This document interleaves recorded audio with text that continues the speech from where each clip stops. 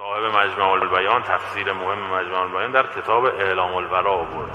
تو جنگ احد شایعه کردن پیغمبر رو کشتن. فرارها که رکوع بودن، بلکه بعضشون انقدر دویدن وقتی خبرشون کردن برگشت رسول کشید برگشت. همه در رفتن، 6-7 تا موندن دور پیغمبر، یکی یا شهید شدن یا جانباز شدن افتادن. فاطمه زهرا سلام الله علیها خبر بهش رسید از اونا فرار کردن. فاطمه کبرا سلام الله علیها زنه، اما همه مردان عالم فدای شجاعتش. از مدینه اومد دم احد ببینه باباش هست یا نه. کفار و بت پرستان میخواستن برن غارت مارت کنن.